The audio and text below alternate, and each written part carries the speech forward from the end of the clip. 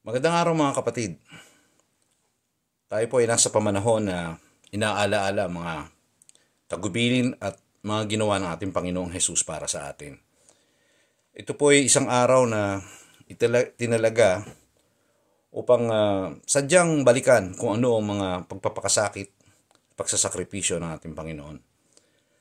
Sa pagkakataon pong ito, iniatang po sa aking balikat ang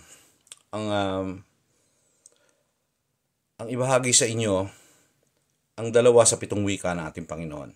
Ang una po ay ang katagang, Ama, patawarin mo po sila sapagkat di nila nalalaman ang kanilang ginagawa. Mula po diyan sa katotohanan na nariyan sa nabanggit nating Panginoon, hindi po iyan ginawa ng ating Panginoon para talagang patawarin sila ng Panginoon. Hindi ko nakikitang ganun. Ang nakikita ko doon, ginagawa niya upang ipahiwatig at ipakita sa atin na hindi tayo dapat hawak o natatali sa mga kasalanang ginawa sa atin ng mga may atraso sa atin. Doon po, makikita natin, hindi naman po pwedeng sabihin natin nakakalimutan ng Panginoon na kung sino ang pagkakilala niya sa Diyos. Ang pagkakilala niya sa Diyos ay isang Diyos na mapagpatawad, isang amang mapagpatawad. At yan ho ang isinasalarawan ng Ama sa kanyang parabola patungkol sa alibughang anak. Sa akin ho, ang isa sa mga masasabi kong pwede nating ipalit na titulo doon sa talinghaga ng alibughang anak ay ang talinghaga ng mabuting ama. Kaya makikita ho natin doon sa pangangaral at katotohanan at karunungan meron natin Panginoon. Alam niya na ang Diyos ay mapagpatawad, na kanyang ama ay mapagpatawad.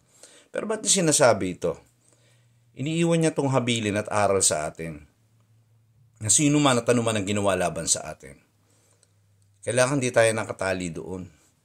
Kasi alam niyo ho, kapag tayo hindi ho marunong magpatawad, nakatali rin, para ho tayo nakatali din doon. Kaya nga ho yung iba hindi ho makamove on, hindi ho makapagpatuloy.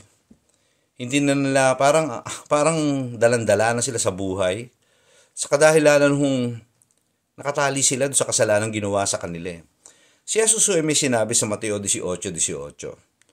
At ito po ay nasa konteksto ng tungkol sa pagpapatawaran sa isa't isa. Makikita niyo doon, sabi niya, kung ano man talian niyo dito sa lupa, tatalian sa langit. Kaya mga kapatid, isa sa kadahilanan bakit hindi tayo makamove on, kung bakit masyado tayo apektado ng mga ginawa sa atin, kasi hindi talaga tayo makarelease.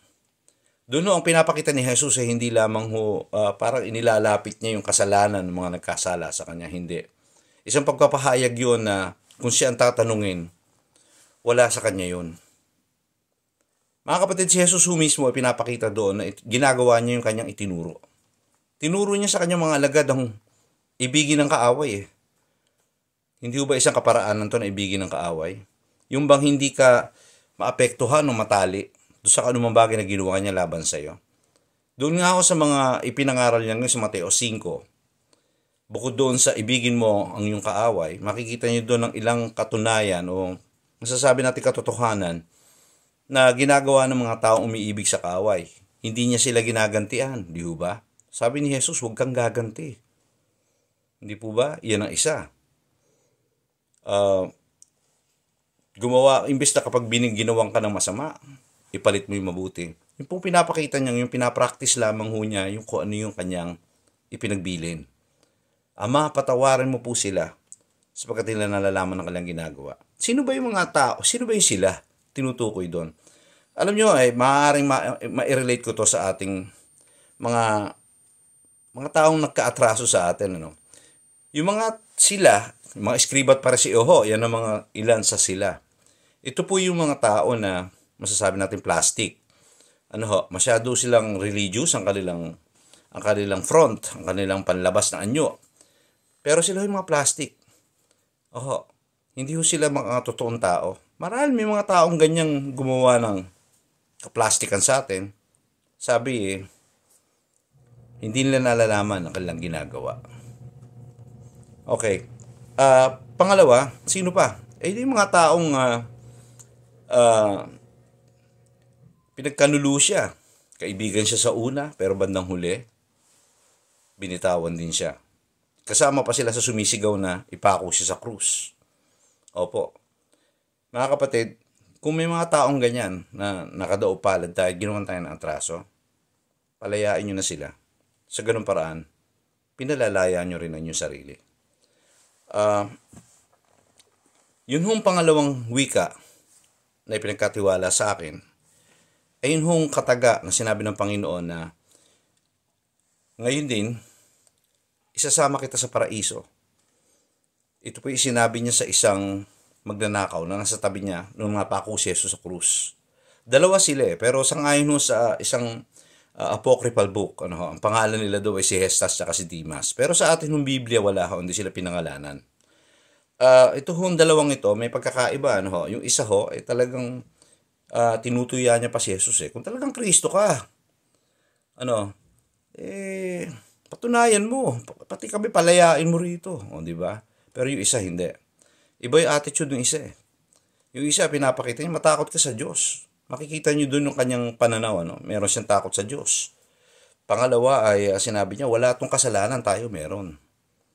Karapat dapat lang tayo dito sa ating karanasan na to, itong nararanasan natin. Pero siya hindi. Kaya katapos doon, pinakita niya na naniniwala siya doon. Nakapako sila pare-pareho sa krus, pero iba ang kanyang pananaw. Naniniwala siya ang Kristo. Alam mo sabi niya, alalahanin niyo po ako. Yun lang ang hiling niya. Pagka kayo po ay nandun na sa kabila. Ang sabi ni Jesus, ngayon din sasama kita sa paraiso. Ano po pinapakita nito? Doon yung makikita na ang kaligtasan po ay hindi magagawang maabot natin sa ating sariling pagsisikap. Ito po binibigay lang bilang kaloob. Hindi ito isang bagay na mapapantayan ng anumang bagay na ating pwedeng gawin. Isa ko sa nakikita ko doon na ibinibigay ang kaligtasan doon sa mga taong tinatanggap nilang katotohanan na sila ay makasalanan at hindi nila kaya iligtas ang kanilang sarili. Kapag umabot tayo sa puntong yon, doon natin makikita ng kaligtasan na yan, na ipinagkakaloob ng Panginoon, ay sa atin.